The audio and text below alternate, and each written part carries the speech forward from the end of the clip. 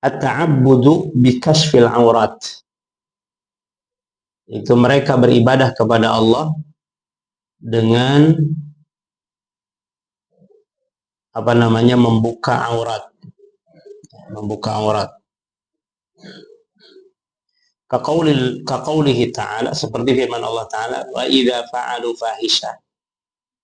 Ketika mereka mengerjakan fahisyah, perbuatan keji, ya.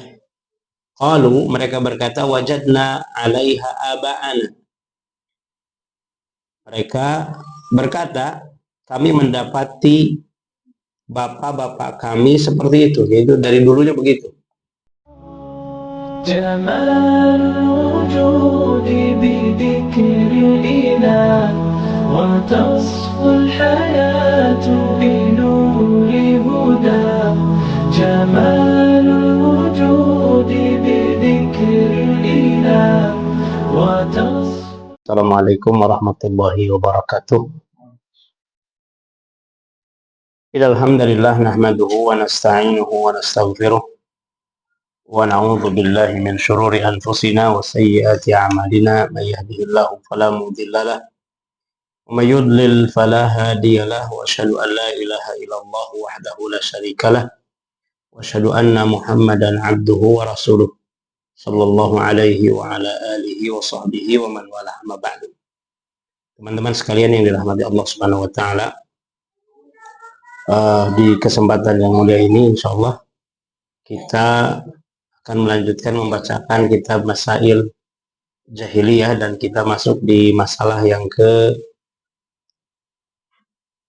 35, yaitu masalah berkaitan dengan masalah jahiliyah ini.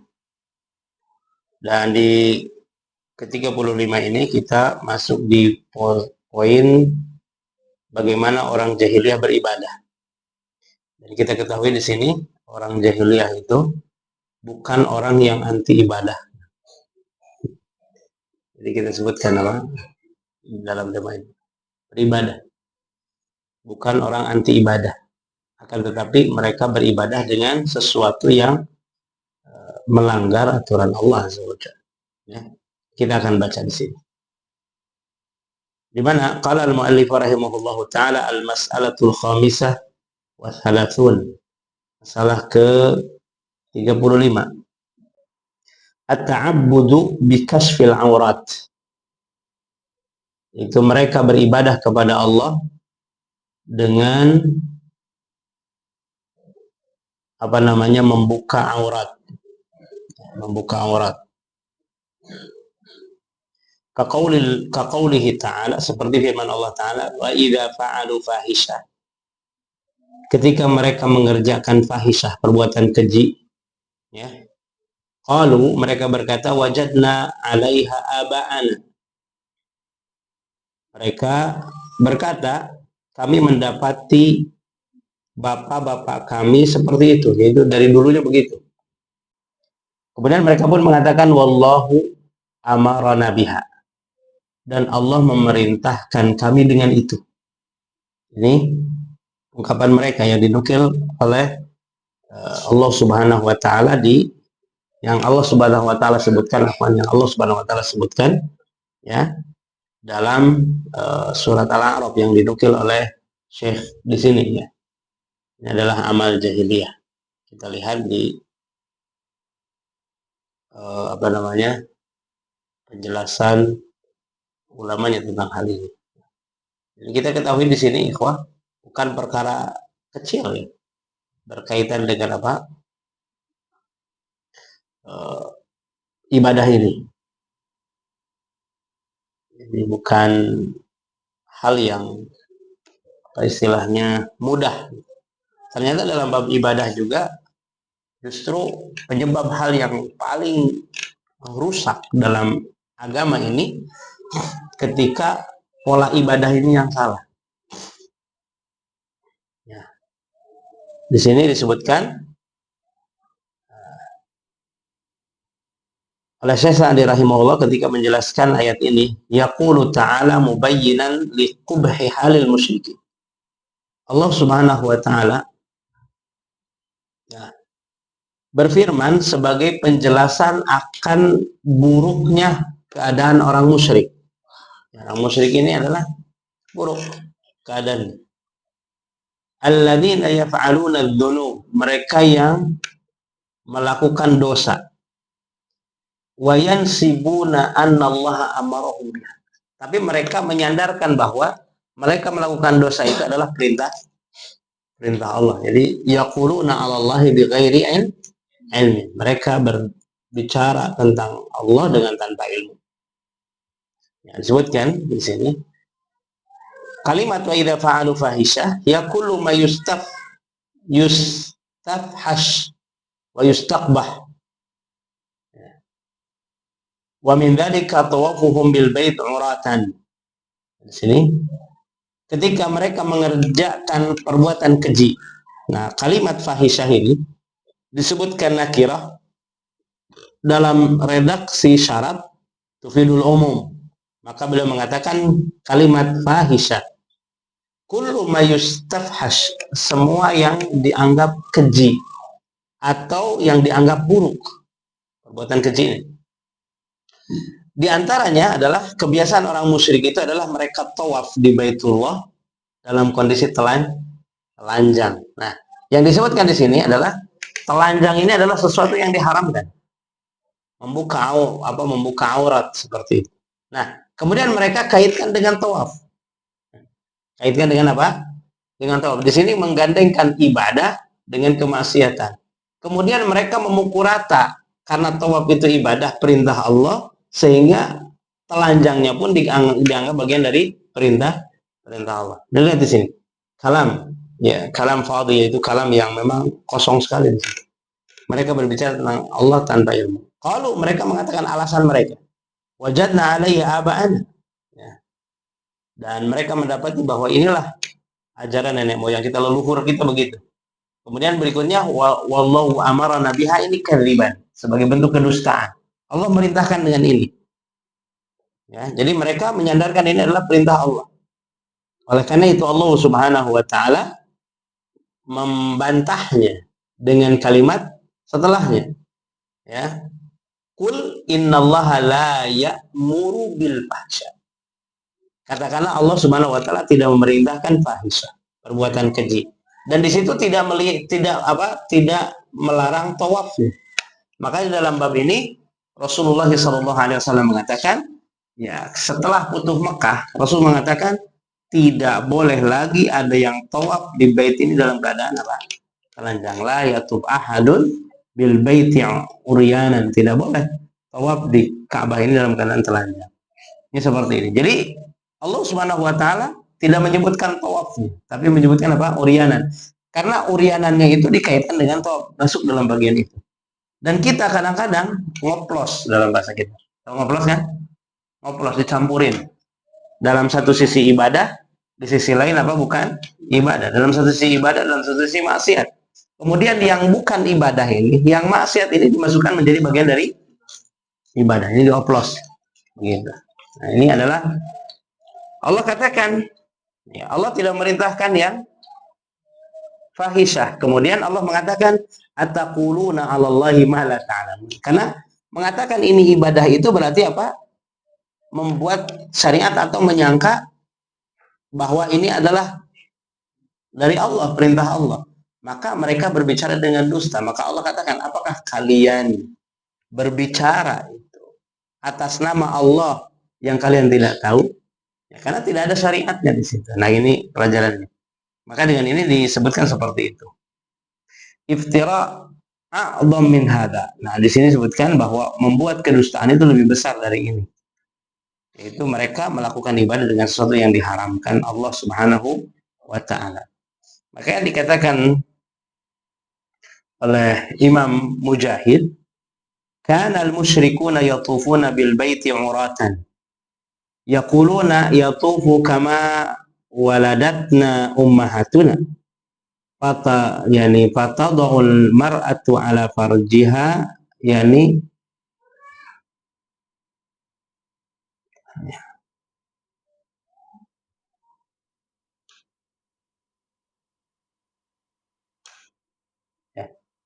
an-nis'ah au asy-syai' wa taqul al-yawma yabdu ba'duhu au kullu wa ma bada minhu fala ahallah.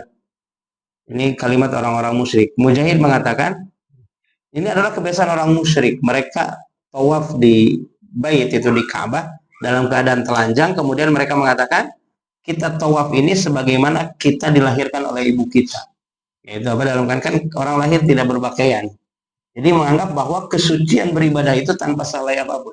Ini kan berkaitan dengan falsafah. Kadang-kadang orang dengan berfalsafah gitu, kan itu kan ya gitu.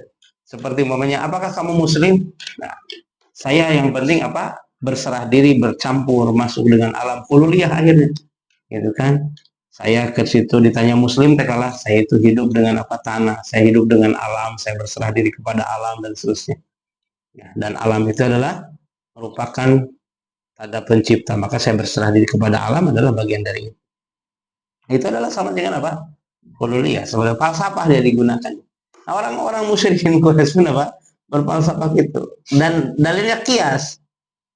Ketika kita terlahir suci tanpa pakaian, berarti kesucian kita beribadah kepada Allah harus tanpa pakaian gitu. Maka Allah bantah dengan kalimat khudzu zinatakum 'inda kulli masjid. Maka ambillah perhiasan pakaian kamu ketika masuk masjid. Maksudnya satrul aurah. Maka disebutkan di dalam Islam itu adalah salah satu syarat ibadah adalah satrul aurah, menutup aurat di sini. Kemudian Ibnu Katsir mengatakan qultu kanatil arab ma ada Quraisy. Kebiasaan Arab selain Quraisy, la yatufuna bil bait fi thiyabihim allati labisu. Mereka tidak tawaf di Ka'bah itu dengan pakaian yang mereka pakai. Yata'awwaluna fi dzalika annahum la yatufuna fi thiyabin asawallaha fiha. Mereka berkata bahwa kita tidak bisa tawaf di hadapan Allah dengan pakaian yang biasa kita bermaksiat. Bayangkan, dari meninggalkan maksiat dan seterusnya. Ini yang disebut dengan apa? Orang beragama sesuai dengan akal, menggunakan akalnya. Orang beribadah menggunakan perasaan, orang beribadah menggunakan adat, begitu. Jadi mereka ngareka-reka hari Allah yang maha suci. Nah, ini yang disebut dengan falsafah ilzamiyah.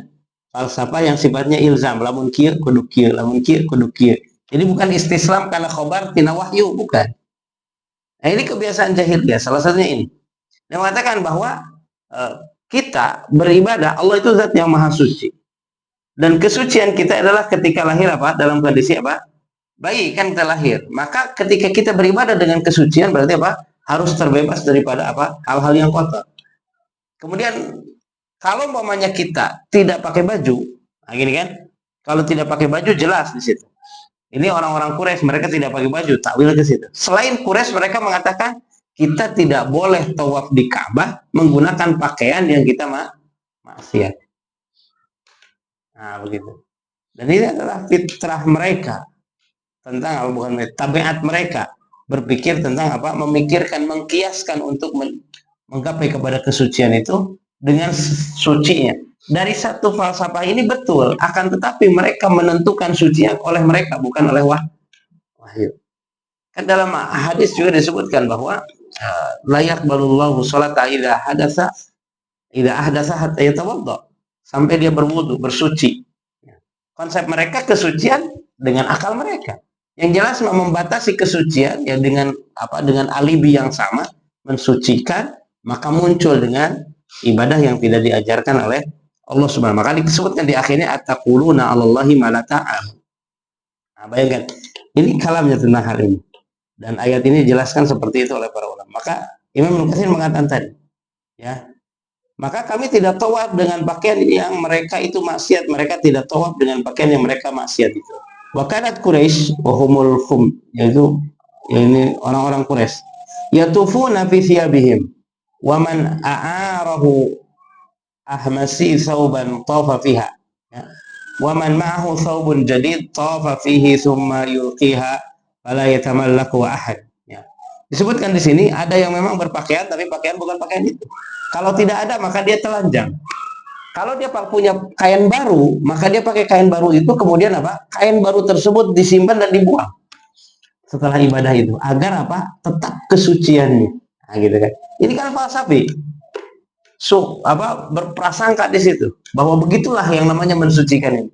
Banyak orang ingin mensucikan Allah, tapi ujung-ujungnya menggunakan apa? Menggunakan akal, menggunakan pikiran, menggunakan pola pikir sendiri. Itu namanya falsafah. Maka para ulama mengatakan bercerita tentang ibadah itu perkara gaib. Itu harus ditetapkan oleh Allah Subhanahu wa taala. Bercerita tentang apa? Keimanan perkara gaib itu perkara gaib. Tidak bisa kita bisa menebaknya. Ya, dan tidak bisa semua diakal-akali, sekalipun akal kita pasti menerima saat Allah Subhanahu wa taala adalah Rabbul Alamin, maka tidak boleh kita beribadah kecuali sesuai dengan kehendak Rabbul Alamin, dan itu cukup bagi kita, akal kita pas di situ.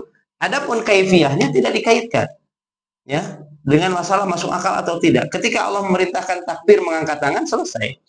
Ketika Allah harus ruku merunduk seperti itu, selesai urusan. Ini wahyu, nggak bisa diakal. Ya pada naon caranya ruku jika kia gitu kan, kemudian dibayangkan dan diakal-akal dan seterusnya.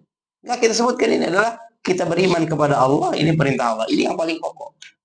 Setelahnya kita mencari hikmah-hikmah ini, yaitu hikmah kebijakan, kenapa harus begini dan seterusnya. Itu yang sifatnya masuk dalam diri kehidupan kita di dunia menuju ke akhirat ini, itu bukan sesuatu yang wajib. Yang wajibnya adalah tunduk kepada wahyu situ. Nah, ini diantaranya. Maka di dalam bab ini digambarkan seperti ini. Allah Subhanahu wa taala menceritakan hal ini, ya. Lihat kalimatnya. Maka beribadah kepada Allah dengan membuka aurat jadi maksiat. Maka diungkapkan secara umum beribadah kepada Allah dengan hal yang maksiat. Dan ini terjadi di umat Nabi Muhammad pun bisa terjadi seperti itu. Beribadah kepada Allah suatu maksiat. Ada orang beribadah kepada Allah dengan berzina. Ya kan? Yang sekarang dikenal dengan apa? Mut'ah. Ya kan, seperti itu. Dari berbagai ini yang Allah Subhanahu wa taala haramkan, kemudian mereka halalkan. Kemudian ada yang beribadah kepada Allah dengan apa namanya? Dengan mencampurkan hal tersebut. Yaitu hal-hal yang maksiat dengan ketaatan. Zikir kan itu ibadah yang agung. Kemudian zikir itu dibatasi dengan hal tertentu di hari-hari tertentu. Nah, itu kan beribadah.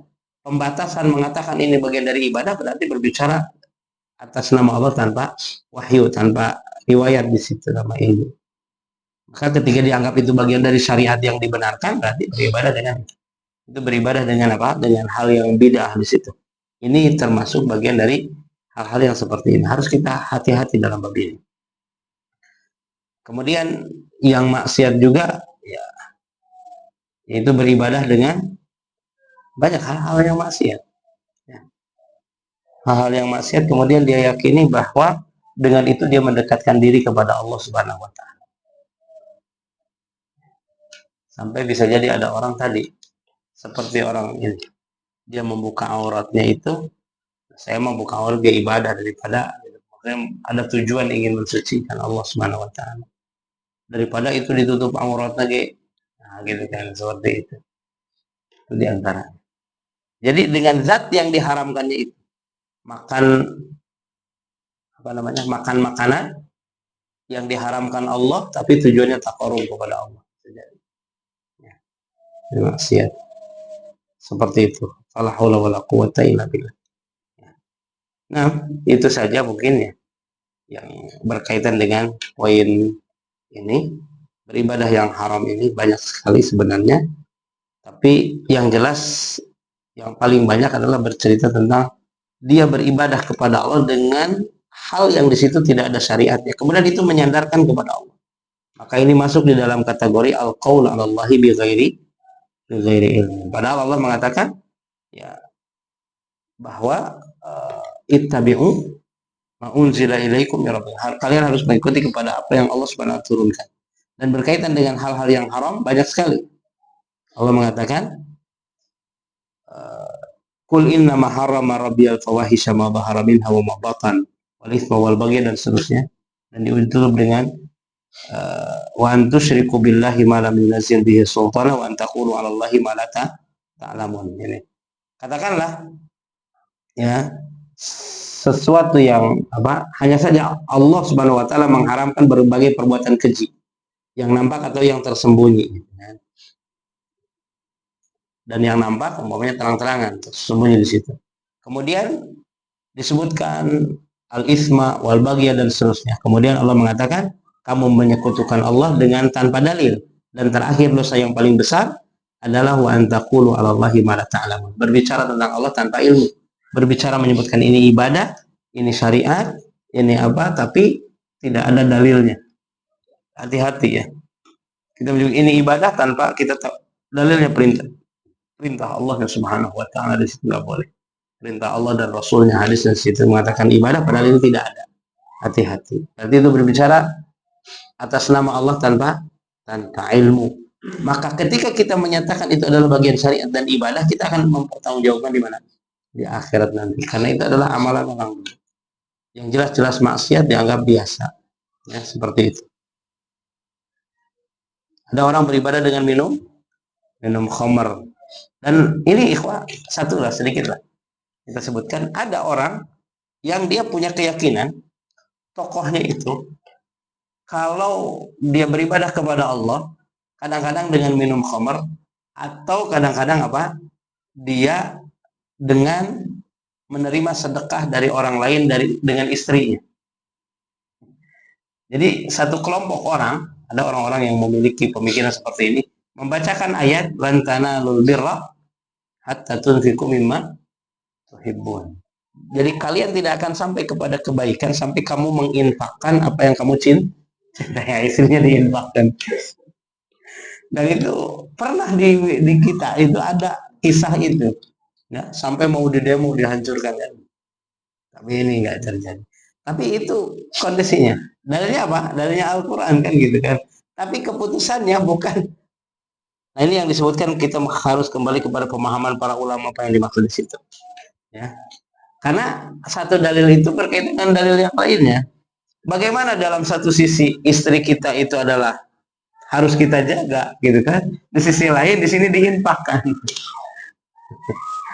Seperti ini kan berbahaya menginfakkan ini.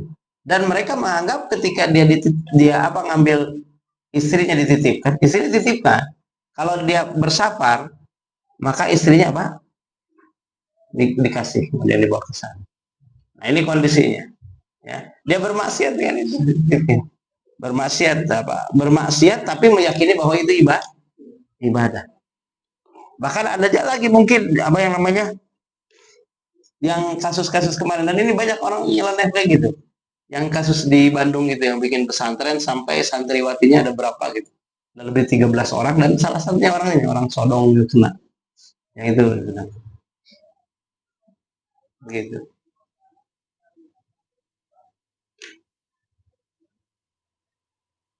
Nah itu diantaranya begitu, sampai kena begitu. Masya Allah ya. Dan itu menyebutkan ketika disampaikan, ya, untuk meningkatkan ilmu. Di samping meningkatkan ilmu itu untuk apa? Itu taqarrub. Naudzubillah tsumma naudzubillah. Dia asalnya maksiat saja. Kalau meyakini itu taqarrub, itu maksiat dengan bid'ah. Dan orang seperti itu nggak mungkin dinasehati dengan ini maksiatnya ya. Orang itu mengatakan beda ilmu. Nah, itu ilmu antum ilmu dhahiran, mereka ilmu batin. Ya cek antum maksiat. Namun antum mengerjakan maksiat, namun dia yang mengerjakan itu maksiat. Sampai yang menakjubkan itu kisah itu bukan di kita, di Arab. Kalau yang tadi di kita, ya di Arab itu dikatakan, kalau guru saya hafizahullah, ya guru saya hafizahullah menceritakan ada seorang guru besar mereka itu kedapatan sama muridnya itu menzinahi himar. Jadi zina dengan binatang. Kan di dalam saking errornya mereka gitu sebenarnya. Dan memang mengikuti jejak syaitan itu begitu. Saking error. Diketahui dan muridnya menyaksikan. Ketahuan begitu. Terus bagaimana? Kemudian habis begitu kemudian disampaikan, dan mereka mengatakan kamu tidak tahu. Kan gitu kan? Di sana ada perahu yang bocor, gitu kan? Maka ditambal gitu. Ini sesuatu yang ulutot. Uglutot disebut apa? Eh, Huza'balat itu apa? Kalimat-kalimat yang apa ya? Kalam fadhi itu kalam yang ucapan yang tidak apa sih? Tapi mereka karena memang sudah menyatakan bahwa gurunya itu mencapai derajat apa? Derajat kesucian begini-begini dengan tingkatan mereka, ya. Maka perbuatan seperti itu mereka oh iya, kalau saya melakukan itu dosa. Kalau guru saya itu apa? Bentuk tingkatan ibadah yang lebih tinggi. Dan itu keyakinan itu melekat. Ya, seperti itu, ya. Bahkan di antara mereka minum khamar. Bahkan salah satu ungkapan mereka bahwa ibadah yang paling besar adalah mendekatkan diri dalam keadaan dia mabuk. Ini ngagele minum ganja gitu kan terus ya. Harus bagus gitu beriung menyebutkan mata apa menyebutkan ibadah barijeng ngaco kemana meniki disebutkan oh berarti dia sudah sampai tingkatan yang tertinggi. Itu kaitan mereka. Ya ta'abbaduna bima huwa maksiatun lillah. Mereka beribadah dengan sebenarnya itu adalah perbuatan maksiat kepada Allah Subhanahu wa taala. Itu yang diharamkan. Nah, itu saja gampang penjelasannya. Pokoknya mah orang melakukan maksiat, dia tahu itu maksiat, maka jelas itu maksiat. Tapi kalau orang melakukan maksiat dengan keyakinan ibadah, mau ngerasa itu maksiat. Dan itu salah satu amal jahiliyah. Makanya Allah mengatakan amlahum syuraka syara'u lahum min ad-dini ma lam ya'dzan bihi. Apakah mereka punya syarikat yang mereka membuat syariat baru yang Allah tidak mengizinkan? Di situ. Ini perbuatan apa? Orang yang melakukan apa? Ibadah dengan itu. Dia beribadah justru dengan amal maksiat dia dianggap ibadah. Nah, ini banyak sekali kalau umpamanya ada keyakinan ya, seperti itu. Umpamanya antum salaman sama yang bukan mahram. Salaman yang bukan mahram itu maksiat. Tapi apa? Antum menyebutkan kami beribadah dengan ini adalah agar gugur dosa. Gugur dosa aku namahan dosa gitu ya. Seperti itu. Lulubaran dosa dimiliki ku dosa dari seperti itu. Dan ini biasanya banyak terjadi di mana? Di saat Idul Fitri itu. Saat Idul Fitri itu apa halal haram di situ kan gitu kan? Celenaan wah puntennya api terseur dosa nah ayat lain dosa ayo ada beda hampunan. Nah, kenapa? Karena dengan dalil bahwa apa? Kita beribadah dengan memohon ampun kepada Allah dengan meminta maaf kepada orang-orang yang mungkin kita berbuat dosa dengan tanpa menginginkan ya, seperti itu. Kalau dia tahu bahwa bersentuhan dengan hal itu haram dan dosa di situ, kemudian dia melakukannya sebagai bentuk ibadah dengan seperti itu kepada orang-orang yang memang diharamkan bersentuhan, sesuatu yang menakjubkan. Ya, hati-hati di situ. Yang asalnya mungkin di situ dosa bisa dosa kecil ya, bisa dosa kecil di situ menjadi dosa besar lantaran meyakini bahwa dengan beribadah seperti itu, dengan itu adalah dianggap ibadah menjadi dosa besar. Wallahu taala alam. Itu nggak panjang ya, banyak ceritanya. Lu penting mah bisa jadi orang beribadah dengan sesuatu yang haram. Gitu. Dengan apa? Dengan falsafah tadi. Ya. Membantu orang, menyenangkan orang itu kan ibadah. Membuat orang senang itu kan ibadah. Walau antal ka akhaka biwajhin talqin itu sedekah kata Nabi SAW. Ya, jangan kau sia-siakan malam. Dia menyenangkan orang, kemudian dia berpacaran. Maka dia mengatakan, oh saya mah pacarannya gitu, pacaran aja bagus. Kenapa? Karena kita mah bukan mengikuti syahwat kita mah adalah pacaran ini adalah untuk menyenangkan orang itu ibadah. Ibadah dia dengan berpacaran itu. Naudzubillah. Dan itu orang bisa jadi menganggap oh berarti kudu bener niat kayak bubuhan gitu kan seperti itu. Maka berasal dari maksiat biasa menjadi sesuatu yang apa? Bid'ah besar. Karena dia beribadah dengan hal yang maksiat. Berarti dia apa? Nge-mix, mencampurkan antara ketaatan dan maksiat. Ini masuk. Ini kebiasaan orang jahiliyah. Wallahu a'lam. Ya, ditinjau dari sisi maknanya begitu. Wallahu a'lam, itu saja yang bisa disampaikan. Mudah-mudahan bermanfaat. Bila ada pertanyaan silahkan. Terima kasih dari doa jazakumullah khairan kepada Ustaz atas ilmunya yang bermanfaat. Baik, kami buka sesi tanya jawab. Jika ada yang ingin bertanya, silahkan.